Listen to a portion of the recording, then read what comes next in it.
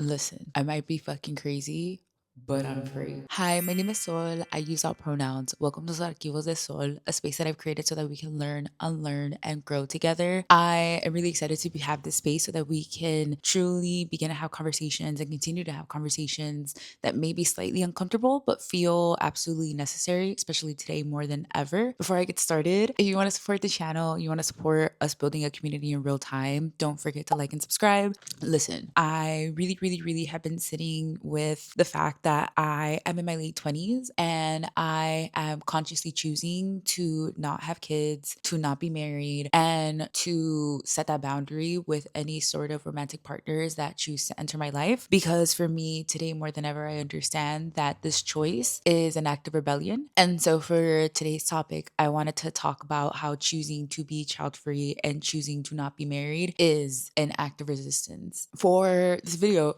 listen, look at she's so cute. For this video, ultimately, the goal is that I want us to explore and have a conversation about how, for many of us, be it eldest daughters, be it children of immigrants, be it children who grew up in extremely religious households, we were sold so much indoctrination that made us feel as though being married or having children was going to be both and either liberatory or it's going to fulfill a role that we've been told is the role that we have to fill as femmes. And I rebuke it. I rebuke it. So, as somebody who grew up Catholic, mama, there's so much about the Catholic Church that I would love to get into. But what I really want us to look at today, and what I want to discuss in particular about having grown up Catholic, is the indoctrination that we received as people who grew up maybe in the religion and as practicing Catholics, and what they really pushed and perpetuated onto us that I saw ended up truly imprisoning the women in my life. And because of that, and because of my ability to observe them, I have chosen to not subscribe. I refuse. I grew up Catholic, but I'm not Catholic. I identify as agnostic. And I had to do a little bit of revisiting to the old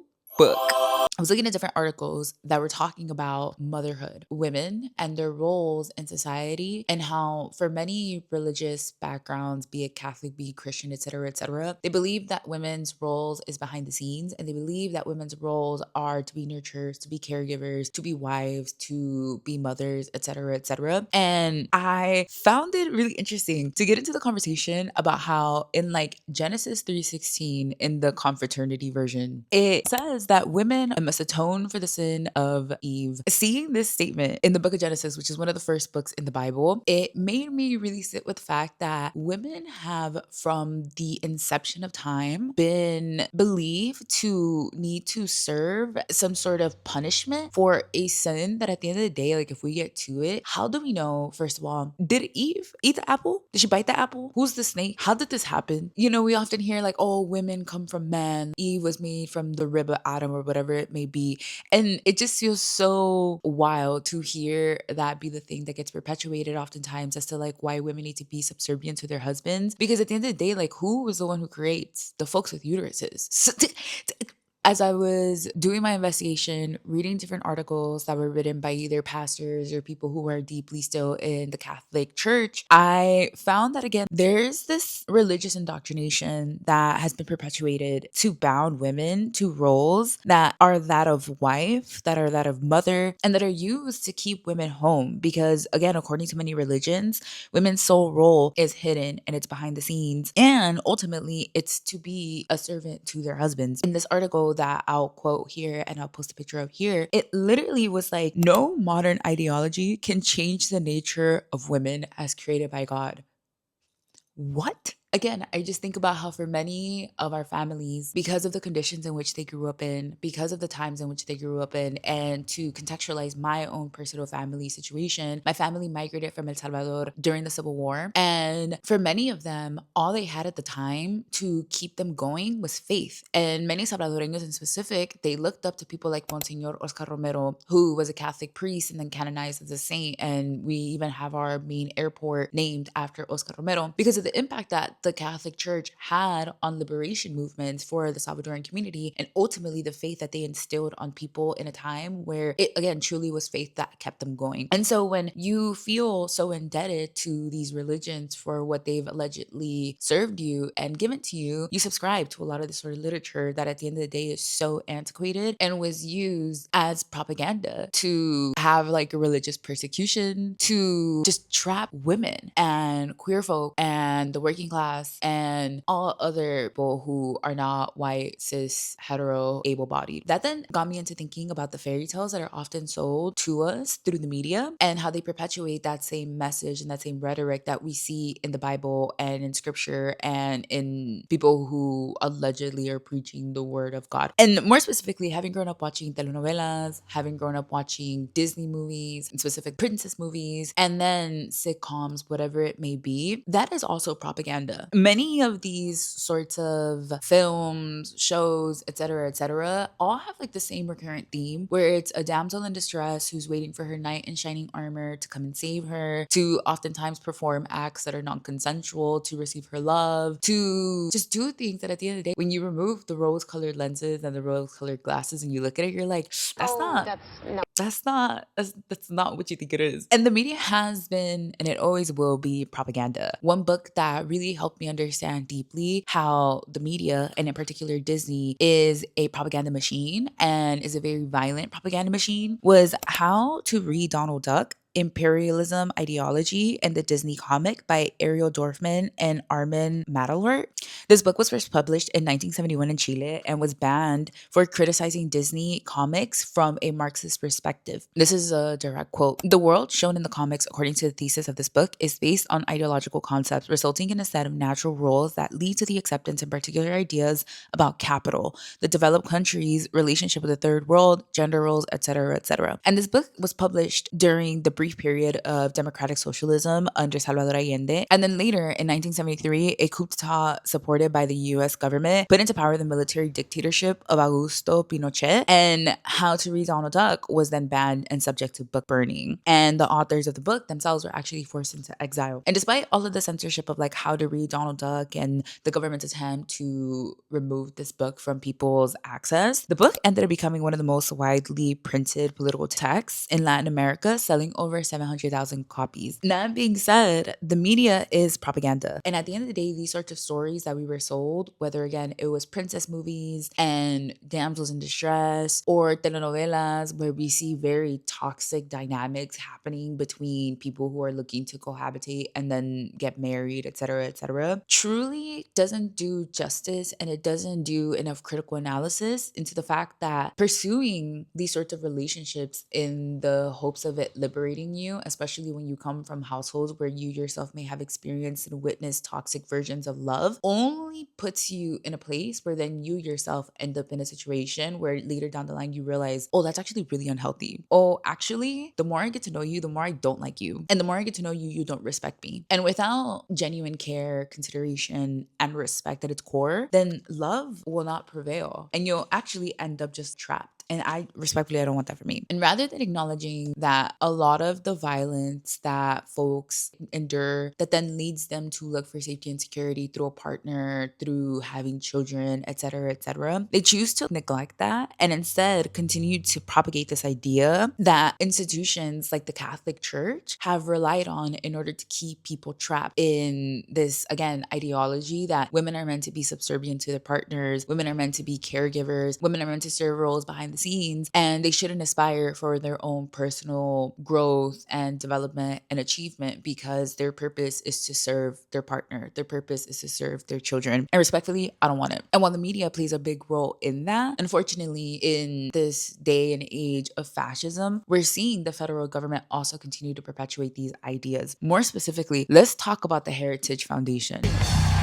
Because if these fuckers have no haters, that means I'm dead. The Heritage Foundation, and if you see me looking down, it's because I got notes. So, the Heritage Foundation is one of the most powerful think tanks in America. A think tank is a political organization or institution that does research that then goes into government spaces to push this agenda and push these ideologies, these quote unquote like research things that they found that, they like, what is it founded on truly? So, the Heritage Foundation is actually responsible for writing policies, training and coaching lawmakers and leaders, and helping quote unquote unite the conservatives around principles and ideas that strengthen their cause and nation. And unfortunately, the Trump administration has embraced the Heritage Foundation policy recommendations. And this year, on July 4th, the United States is celebrating 250 years of independence. And the Heritage Foundation is not being quiet about the fact that their next plan and their next target is families. And more specifically, this new plan or special report, whatever they want to call it, Saving America by Saving the Family, a foundation for the next 250 years. It's alarming, truly. It names that, quote, Americans must recognize that the founding fathers were quite literally fathers.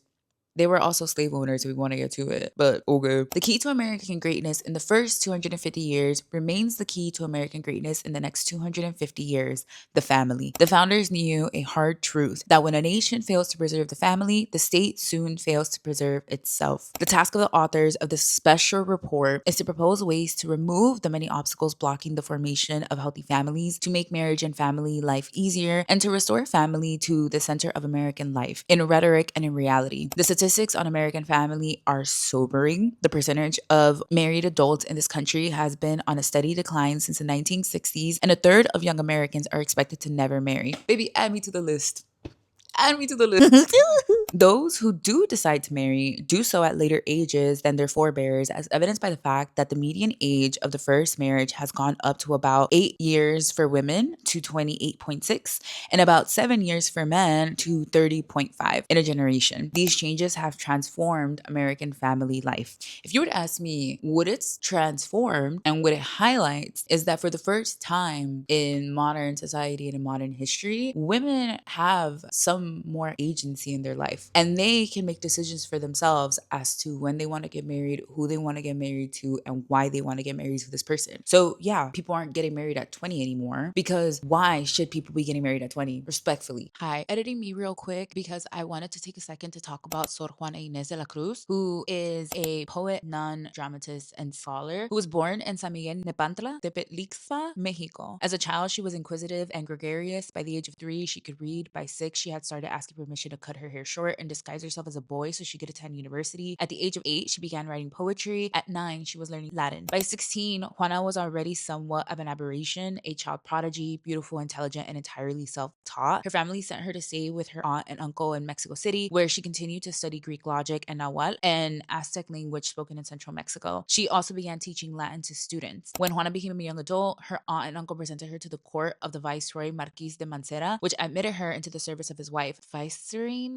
Leonor Carreto. Rumors of Juana's wit surfaced, and the Viceroy assembled a panel of scholars to test her knowledge of history, mythology, and literature. Juana sailed through the panel's questions like a royal galleon defending itself against a few rowing boats, a statement often attributed to the Viceroy. The courtly lifestyle delusioned Juana. Within 4 years, she left to pursue the sisterhood to avoid marriage and to continue her studies. In 1669, she entered the convent of San Jeronimo, where she lived until her death. Sor Juana's living quarters brimmed with maps, books, mathematical and scientific instruments, gems, and rare art objects. Her erudite poems, plays, and essays reference pre-Columbian Mexico and Greek philosophy and employ fierce rhetoric. She also read her contemporaries, including Miguel de Cervantes and Francisco de Quevedo. In 1690, a private letter Sor Juana had written to the Bishop of Puebla, Manuel Fernandez de Santa Cruz, in which she criticized the sermon of a Jesuit priest, began to circulate. The bishop had solicited the letter and then distributed it to his peers under the gender-bending pen name Sor Filotea. In the process, the bishop also admonished her for a lack of religious content in her poems. In response to the incident, Sor Juana penned Respuesta a Sor Filotea, Response to Sister Filotea, which many scholars consider the first feminist manifesto. In it, she defended, among other rights, a woman's right to education. Her impassioned response became the subject of even further criticism. Church officials demanded that she forswear non-religious books and non-religious studies. The church forced her to abjure objects and rituals that had become vital parts of her identity: her library, her scientific equipment,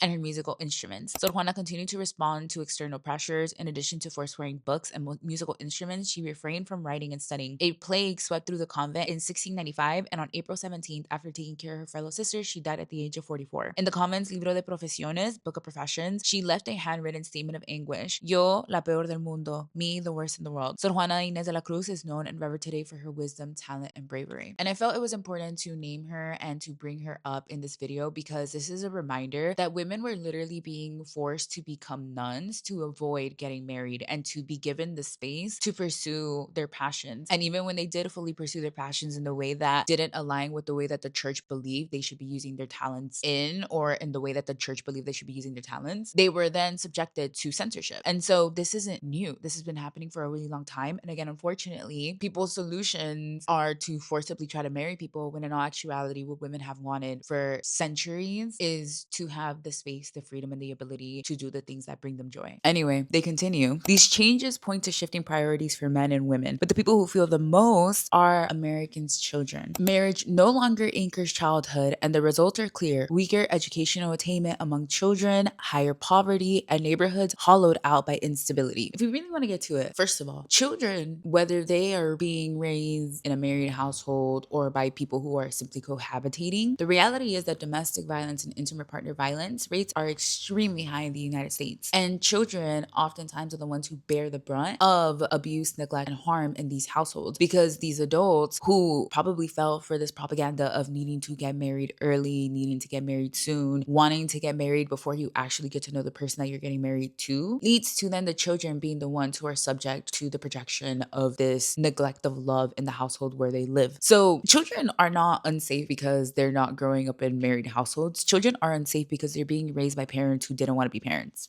And it blows my mind that they say that marriage and marriage no longer anchoring children is what's leading to weaker educational attainment, because isn't our educational system in direct attack by the federal government? Haven't they been literally trying to dismantle the Department of Education? Haven't we seen for not only decades but centuries the disparities of access to education all dependent on what zip code you grew up in? 90002, we up. And also, too, we're watching in real time the destruction of curriculums that are effective. We're removing conversations that are necessary about slavery. We're removing conversations that are necessary about the genocide of Native Americans. We're removing conversations that are necessary for us to not repeat the same mistakes that we did in the past. And sadly, that's all intentional because for many of the people who are in power, that wasn't a mistake. That was all part of the agenda. Anyway, they continue to say that second wave feminism and the sexual revolution promoted an individualistic, child-free, marriage-free sexual liberation that promised to lead an unparalleled era of consent-based human happiness and fulfillment. Over the course of 60 years, casual sex, abortion, childlessness by choice, and no-fault divorce became normalized, while marriage and the natural family became stigmatized. Dude, God forbid that women for the first time have agency over their bodies and men are mad. Sorry, not sorry. And it blows my mind too because again, we're in an era where for the first time women have agency and autonomy over their body. We see it by sex workers using platforms like OnlyFans to monetize their sex work versus going on to platforms like Pornhub or working with like these major porn industries that at the end of the day were extremely extractive and exploitative of women. And now they're the ones who get to direct, who get to just create their own platform for themselves in the way that they want to. And they're mad. You're mad. And again, whether people are ready to acknowledge this or whether people are ready to unpack this, many of the men who feel angry because women are partaking in sex work or angry because women are choosing to not be married or choosing to not sleep with them or whatever it may be, it's a frustration that's deeply rooted in all of the deep indoctrination that we've lived through as people who have watched religious persecution, as people who are watching the lack of distinction and separation between the church and state. And so they feel again like, no, I should be able to control you because you're supposed to be subservient to men. And so what are you doing? And like, please go get a fucking hobby.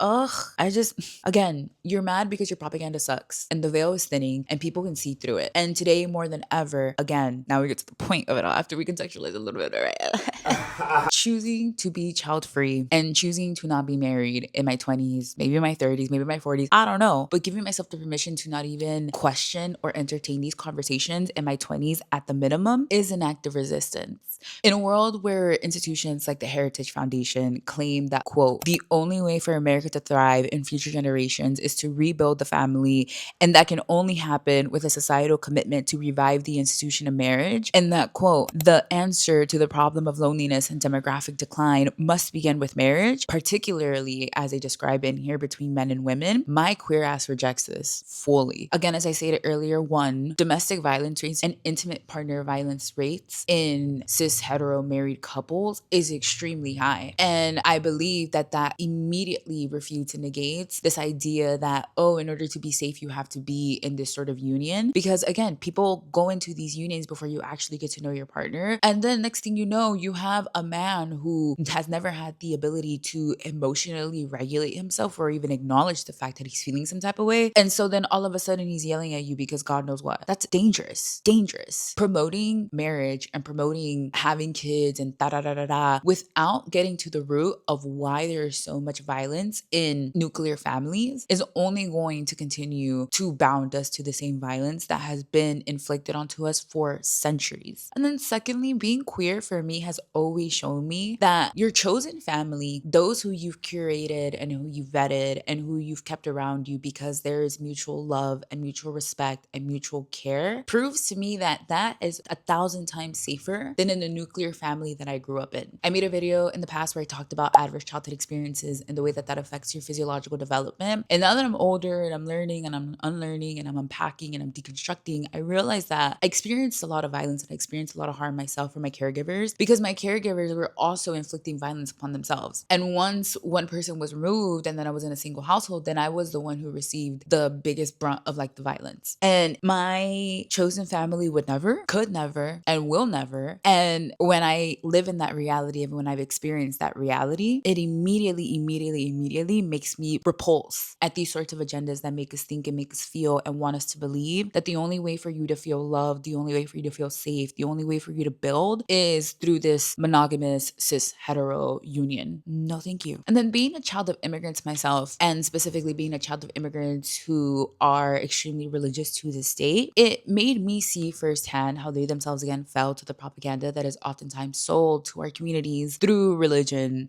through the federal government, through whatever it may be, that tells them that in order for them to be safe, they need to find the first available partner, get together, get married, have kids, and then that is your life. They want you to be subservient. They want you to give up your own personal dreams and aspirations and goals and desires to be caregivers, to be nurturers, to be this, that, the third. Baby, that's exhausting. Particularly for eldest daughters like myself, a lot of us were put into positions where we were parentified children, meaning that we were being caregivers, whether it's for our younger siblings, whether it's for our parents. So for me, the baby fever never got to me because when I see a baby, I think of sleepless nights. I think of endless diapers. I think of money coming out of my pockets that respectfully, if it makes me individualistic, I don't give a fuck. I don't want to spend money on a child when like today more than ever, it's so difficult to even be able to care for myself and tend for myself. So I don't necessarily know that it's selfish to acknowledge that my material reality doesn't provide me the conditions to be able to care for another being because I'm still learning how to care for myself. And in a world where I was forced to care for everyone else around me before I can take a second to learn and acknowledge what I need for myself, I'm going to use my 20s to do that. I'm going to use my 20s to reparent myself, to remind myself that I am worthy of love, to remind myself that love isn't the fucked up versions that were sold to me in my house, in the media, in the church, whatever it may be, because that's not what love is. And like lastly, as an astro girly, I know and understand that while you're going through your Saturn return and after you go through your Saturn return, it's a moment and a period in our lives where we are almost slapped with the reality of, oh, how much of this life that I've constructed today has been constructed for other people and with other people's dreams versus me using my own personal North Star to inform what I want for my life. And because again, I grew up in a really traumatic household and I've been spending a lot of my 20s really tending to my mental health, really tending to my physical health, really just tending to myself and being nurturing to me, I know that I am not in a place where I can approach conversations about being married. I cannot approach conversations about having kids in a way where there isn't still some sort of trauma response that is associated with it. And I don't want to entertain these sorts of conversations with people that I am choosing to engage with romantically because again, I don't want to do something that then once I've hit my Saturn return, once I pass my Saturn return, I'm like, wait, actually, I don't like you. I don't like this kid. What am I doing? And that is what a lot of people end up finding in themselves themselves in their 30s, in their 40s, in their 50s, that they constructed a life, again, not for them, but for the expectations that were put on them, whether it was through the church, whether it was through their family, whether it was through the government, etc., etc. And I just don't want it. And I don't care to internalize the projections of people who make me feel like I am selfish and that is a bad thing, because I have the freedom, the liberty, and the agency and the consciousness to really sit and reflect on, oof, do I want to get married in this lifetime? Do I want to have my own kids in this lifetime? Like, what do I want to do? I actually think that a majority of us who are maybe mature enough to have these conversations and who have the freedom and the liberty and the space to approach this conversation, I think we understand how much of a responsibility it is to be a parent. We understand how important it is for you to select a partner who is going to genuinely care for you, or select partners who are genuinely going to care for you versus partners who you get with from a place of scarcity, from a place of lack, from a place of just urgency. And I actually think that that's a lot more brave and it's a lot more responsible to sit back and ask yourself, oh, do I want this? And if you don't subject yourself and others to something that at the end of the day you aren't doing from a place of desire, but you're doing from a place of lack. It's not healthy. So in conclusion, babe, live for you. If you are making a decision where you know you're honoring yourself, where you know that despite all of the noise that you're hearing and all the things that are happening around you, you know those memes of like, oh, when you're like in your 30s and everybody's getting married and buying a house and you're going and training for a marathon, baby, go train for that marathon.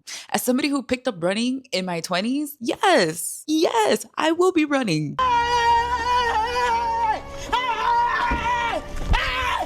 Why are you running? Why are you running?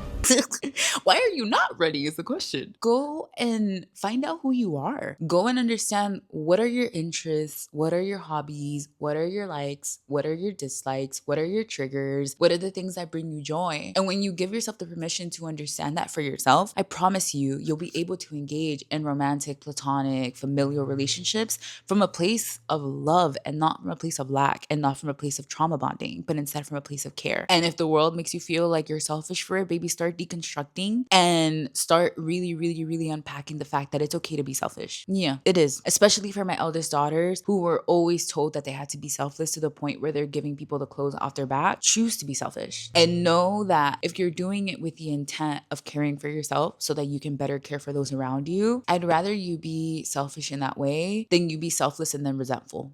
So love yourself, love your relationships, love the world that you're deciding to construct, release the world that you're deciding to deconstruct with love, and know that it's okay to not want the things that other people want. And know that it's okay to watch the people around you going and doing whatever it is that they want for themselves, and good for them. My favorite phrase is good for you. If you want that for you, I love that for you. So to any of my babies out there who are just sitting with, oh, do I need to get married? Is there something fundamentally wrong with me because I'm not married or because I don't want to have kids or whatever? No, there's not. You're just a human navigating the human experience. And some of us need a little bit more time to have the space to be able to approach these conversations healthily. And some of us are lucky and privileged enough where we're not living in a world anymore where we are sold for a cow. Like, we get to decide for ourselves who we marry. We get to decide for ourselves if we marry. We get to decide for ourselves if we want to have kids, if we don't want to have kids, etc., etc. And that's what makes them so mad, that we have agency and we're unapologetic about it. And that's truly why, for me, I will see and I will continue to see being childless and not being married in my 20s as an act of rebellion. Let's keep adding to these numbers, baby. Let's keep adding to these numbers. Let's piss these bitches off. But anyway, if you made it this far, thank you so much for being here. I appreciate you for being here. Don't forget to like and subscribe. And I hope to see you very soon. Keep being you. Keep dating. Keep learning. Keep unlearning. Keep growing. And just know at the end of the day, if you're doing things from a place of love, fuck them.